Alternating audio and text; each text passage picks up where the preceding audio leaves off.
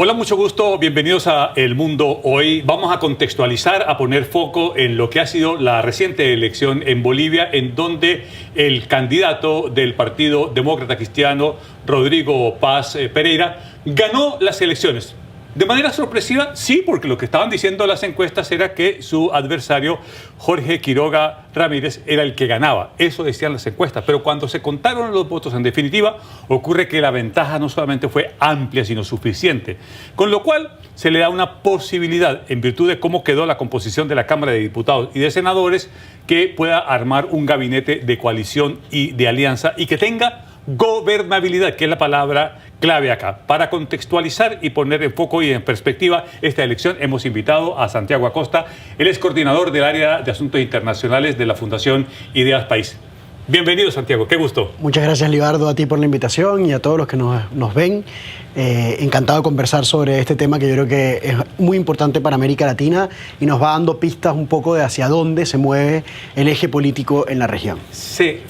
Manipularon las encuestas, se equivocaron las encuestas, no leyeron las encuestas el electorado. ¿Qué fue lo que ocurrió en Bolivia? La verdad es que en las últimas elecciones siempre hemos visto un desfase en las encuestas en Bolivia. Realmente lo que pareciera que hay hoy es un descontento mayoritario respecto del proyecto que tenía el movimiento socialismo, el MAS, en Bolivia en los últimos 20 años, pero además de eso se ve un ímpetu por tratar de construir una cierta gobernabilidad, una cierta paz social que permita llevar adelante reformas para solucionar los problemas de la gente. Hoy los bolivianos a lo que se enfrentan en su mayoría es a la escasez de combustible. No hay cómo llevar los camiones con alimentos a todas las regiones del país. El 80% de la producción de alimentos se da en Santa Cruz, que es una de las provincias bolivianas, y trasladar todo eso requiere de un esfuerzo que al día de hoy no hay cómo abastecer. Además, una crisis económica por las políticas que se tomaron de control del comercio internacional, de la limitación de los precios, que ha llevado a una crisis económica en la que la población hoy está sumamente asfixiada, en riesgo incluso de inseguridad alimentaria en muchos lugares, y parecen haber decidido votar por un candidato que les ofrece una alternativa o una oportunidad de transformaciones y que parecía ser un poco más de centro que lo que planteaba o históricamente ha planteado siempre Jorge Tuto Quiroga, a pesar de que las encuestas, como tú decías, daban por ganador a Jorge Tuto Quiroga. Ahora, en la primera vuelta, el dato duro que se entregó es que Evo Morales llamó a votar nulo, por una parte. Y por otra es que el resultado electoral favoreció a las facciones de centro, de derecha y de algo de centro-izquierda. Pero para el MAS fue una catástrofe. ¿Se explica esa catástrofe por el gobierno de Arce, por las peleas internas entre el MAS, por la persistencia de Evo Morales de intentar buscar el poder? ¿Qué explica eso? Yo diría todas las anteriores, es decir, al final la persistencia de Evo Morales por querer mantenerse en el poder. El conflicto que tenían Evo Morales y Luis Arce por el control del movimiento socialismo, del partido que les ha permitido estar en el poder por 20 años, llevó a que las bases se erosionaran, a que los liderazgos que tenían no eran liderazgos tan significativos en el imaginario colectivo. Y aparte también un dato que es clave es que el 40% del padrón electoral eran votantes de menos de 35 años. Entonces, la gran mayoría es gente joven que solamente ha vivido, o en su vida adulta, ha vivido el proyecto del movimiento del socialismo. Y viendo los resultados que eso ha tenido y los cambios que se han ido dando también en distintos países de la región, que el péndulo va cambiando y eso obviamente incide, se dan cuenta que querían una alternativa distinta y eso lleva a que pasen a la segunda vuelta, que es una cosa histórica, por primera vez, dos candidatos que eran oposición al gobierno, siendo esto Rodrigo Paz como un candidato que históricamente viene de movimientos más de centro-izquierda, pero que hoy va por utilizando el Partido Demócrata Cristiano, históricamente de centro-derecha. Importante aclarar que los partidos en Bolivia no son estructuras muy formadas, fuertes, consolidadas hoy, sino que funcionan más como vehículos electorales y pactos para poder llegar al Congreso y lograr las negociaciones. O sea, tú dices demócrata cristiano poco en esencia.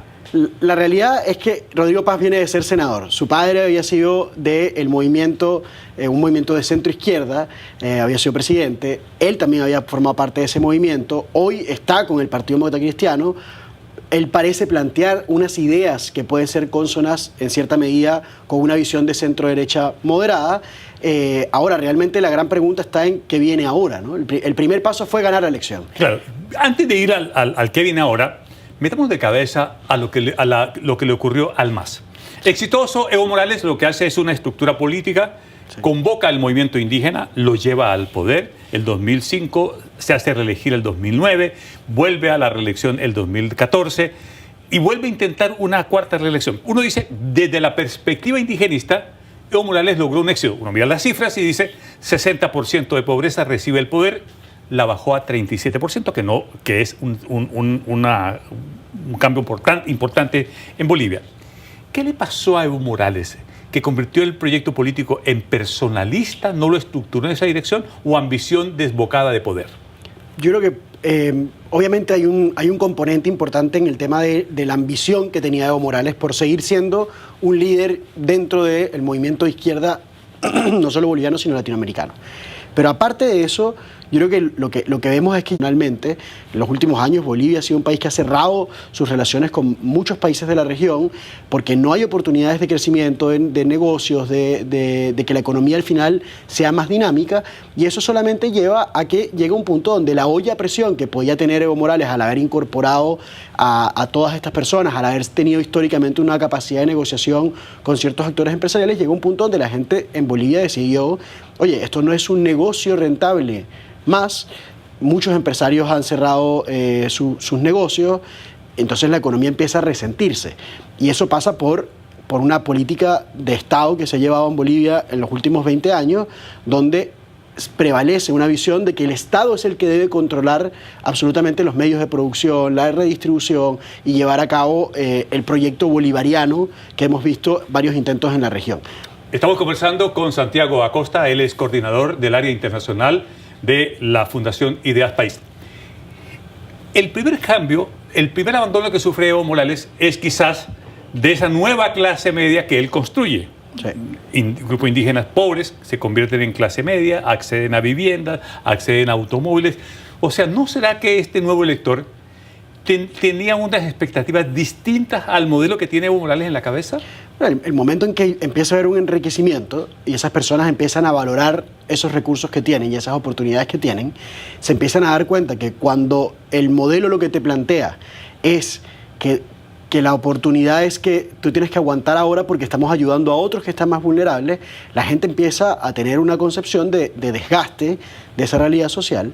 Y por otra parte, cuando ven que no hay oportunidades, porque ya no es un tema ni siquiera de que se frustraron unas expectativas de crecimiento porque nos prometieron estudiar y luego poder tener oportunidades profesionales, sino que es que no hay gasolina, no hay cómo comprar comida. La inflación es una cosa que asfixia a las clases vulnerables, clase media baja, incluso a las clases medias tradicionales bolivianas.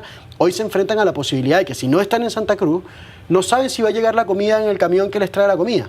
Entonces, el agotamiento, yo creo que más que por un tema de un voto meramente castigo de gente que tenía una expectativa mayor del clientelismo que había ofrecido Evo Morales, supone más bien una reacción a una realidad económica profunda y a la búsqueda de una alternativa que plantee la posibilidad, una estabilidad, la posibilidad de llevar adelante reformas que no acaben absolutamente con las posibilidades de movilidad social o de oportunidades que puede tener esa clase vulnerable que se vio beneficiada en cierta medida por estas políticas que se tuvieron, pero al mismo tiempo manteniendo la producción nacional, las oportunidades del sector privado y que al final haya un cierto balance entre la producción privada, el sector privado y al mismo tiempo los apoyos a la sociedad que lo requiere en situación de vulnerabilidad. En 20 años se produce en Bolivia el auge y caída del movimiento hacia el socialismo, un partido fundado por Evo Morales y que lo llevó a él en 3 oportunidades al poder y en una cuarta a Luis Arce, que es el que va a entregar el poder a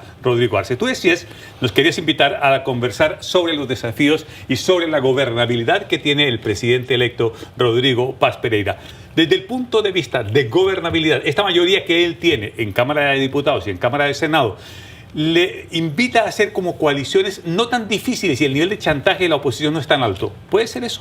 Yo creo que sí, yo creo que la oportunidad está hoy en los sectores de oposición que pasaron a la segunda vuelta y los que quedaron mejor posicionados en la primera vuelta, incluido Samuel Doria Medina, que tendrán hoy que pasar a formar parte de una coalición amplia que logre llevar adelante las reformas. La gran pregunta en Bolivia es, Rodrigo Paz Pereira tiene hoy la oportunidad de transformar el modelo que había implementado el movimiento al socialismo, pero también pudiera tomar la decisión de ser pragmático e transaccional con el mundo del movimiento al socialismo y no llevar adelante las transformaciones. Entonces, lo que es aquí fundamental es que si él decide llevar adelante la transformación, va a necesitar el apoyo de Tuto Quiroga, va a necesitar el apoyo de Samuel Doria Medina, va a necesitar la posibilidad de negociar con distintos actores que hoy en día sí tienen una representación, o al final son los que influyen en la representación parlamentaria que hay de estos partidos que juntos pueden formar una mayoría. Separado ninguno puede. Entonces, la conformación del gabinete de cara al 8 de noviembre, que es la fecha en la que él va a tomar posesión, es fundamental. El cómo se va a repartir el espacio donde distintos ministros de distintas fuerzas puedan formar parte del gabinete. Y también una cosa muy importante es qué rol va a jugar su vicepresidente. A ver, en este escenario y en este contexto hay unas urgencias. La urgencia, el abastecimiento de combustible, porque si no hay combustible, no hay movilidad, como tú bien explicabas, no hay logística, no hay nada. También la recesión que está viviendo Bolivia, pero también una inflación del 23,3% que se come cualquier poder adquisitivo. Con esas urgencias económicas, hoy, los que van a ser, en el caso de Tuto Quiroga y Samuel Doria Medina, ¿pueden concurrir a darle los votos necesarios al presidente electo? Yo creo que debieran. O sea, al final la gran pregunta es si Rodrigo Paz va a estar dispuesto a negociar con Tuto Quiroga y Samuel Doria Medina antes que con el MAS, que todavía es una cosa por aclararse. Pareciera que sí. Él está dando sentido hacia allá. Su vicepresidente, por el contrario, ha dado algunas señales como hablándole al mundo del MAS, un vicepresidente que es un influencer en redes sociales, que le habla a un mundo más joven, que quizás tiene un discurso más polarizante y más crítico que lo que tiene el mismo Rodrigo Paz, que de ser senador y plantea una visión de pasar la página y construir las oportunidades de ahora en adelante. Y la gran pregunta va a ser cuál se va a imponer. Ahora, de cara a las urgencias, hay muchas modificaciones que van a requerir del apoyo del Congreso. Hay temas estructurales que van a tener que liberalizar precios, que van a tener que abrir la economía y al mismo tiempo van a tener que recurrir a organismos internacionales, a países a los que no han recurrido en los últimos 20 años para buscar los apoyos de generar esas oportunidades. Vamos a ver probablemente un cambio en el eje de alineamiento político que tenía Bolivia hasta ahora con lo que viene en adelante. Que significa retornar misión diplomática con Estados Unidos después de 17 años. En nuestros próximos minutos debemos tomar el tema bilateral. Problemas del contrabando, de migración, de autos robados, de autos de contrabando, el tema del tránsito. ¿Cómo recibe la relación bilateral el presidente Paz? Lo primero que ha dicho es que ha dado una señal positiva de su voluntad de restablecer las relaciones diplomáticas con Chile, cosa que yo creo que ha sido bien recibida en todos los sectores y también en Bolivia. ¿Puede hacerlo?